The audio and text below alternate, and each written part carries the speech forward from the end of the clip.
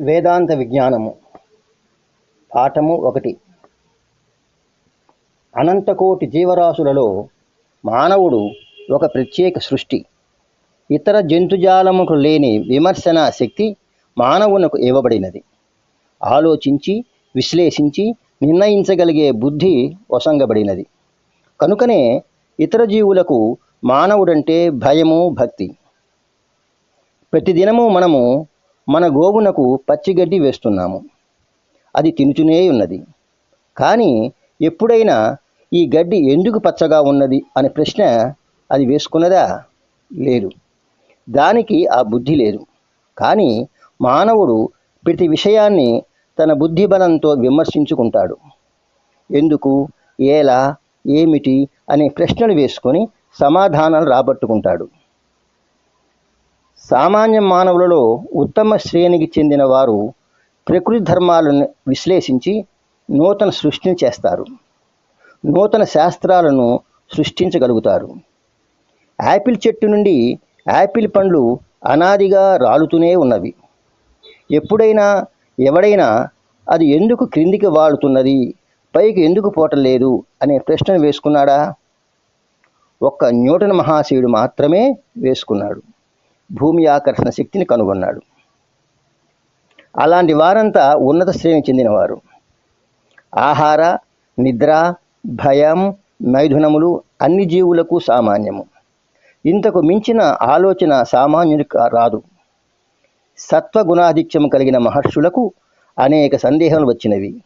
ఏది సత్యము, ఏది అసత్యము, ఏది సర్వవ్యాపకము, ఏది పరిమితము, ఈ విశ్వానికి ఆధారం ఏది, ఎవరి మహిమ వలన ఈ లోకములన్నీ క్రమబద్ధంగా చరించున్నవి, ఎవరి ఆజ్ఞ వలన ఈ శరీరమునందు అవయములన్నీ పనిచేయుచున్నవి, ఎవడు శరీరమును వదిలిపోతే ఈ అవయములన్నీ ఉండియూ లేనట్లే అయిపోతున్నవి, ఈ సమస్త జగత్తులోనూ బయటను వ్యాపించియున్న చైతన్య శక్తి ఏది, దేనిని తెలుసుకుంటే సర్వము తెలియగలదు మొదలైన ఆధ్యాత్మిక సందేహాలు మహర్షుల మస్తిష్కంలో ఉదయించాయి.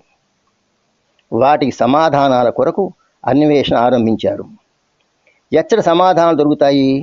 ఉన్న ఆధారం వల్ల వేద విజ్ఞానం మాత్రమే కదా. వేదములు అపౌరుషేయములు, పరమాత్మ నుండి బయల్పడి మహర్షులకు వినిపించాయి. అందుచేత అవి శృతులు అని పిలువబడ్డాయి. మహర్షులు వాటిని విని స్మృతి అందుంచుకొని తమ శిష్యులకు చెప్పారు. అందుచేత వాటిని స్మృతులు అని కూడా అన్నారు. వేదములు స్వతప్రమాణములు. అగ్నిని చూపుటకు మరి ఒక అగ్ని ఎలా అవసరం లేదో, సూర్యుని చూపుటకు మరి ఒక సూర్యుడు ఎలా అవసరం లేదో, అటులనే వేదములందరి సత్యాలను నిర్ధారించుటకు ఇతర ప్రమాణములు అవసరము లేదు. అవి స్వతప్రమాణములు. వ్యాస భగవానులు రుక్, యజుర్, సామ, అధర్వణములను 4 భాగములుగా విభజించి ఉన్నాడు. అట్టి వేదములందు నిక్షిప్తమై ఉన్న వేద విజ్ఞానాన్ని మహర్షులు బాగా అవగాహన చేసుకొని విశ్లేషించి ఆపోసన పట్టివేశారు. ఆ విజ్ఞానాన్ని తరువాత తరం వారైన సామాన్య మానవులకు అందించుటగాను అనేక రకాల గ్రంథాలు రచించారు. అవి 1 బ్రాహ్మణములు, 2 ఆరణ్యకములు, 3 ఉపనిషత్తులు. ఇవిగాక వ్యాస భగవానుడు బ్రహ్మసూత్రాలను రచించినాడు. ఇంకా భారత మధ్యంలో భగవద్గీతను రచించినాడు. ఉపనిషత్తులు, బ్రహ్మసూత్రములు, భగవద్గీత ఈ మూడింటిని ప్రస్థానత్రయము అంటారు. ఈ ప్రస్థానత్రయాన్ని ప్రతి హిందువు అధ్యయనం చేయాలి. అప్పుడు మాత్రమే మానవుని మస్తిష్కంలోని విజ్ఞానమయ కోశము వికసిస్తుంది. అందు పరబ్రహ్మ ప్రకాశమవుతుంది.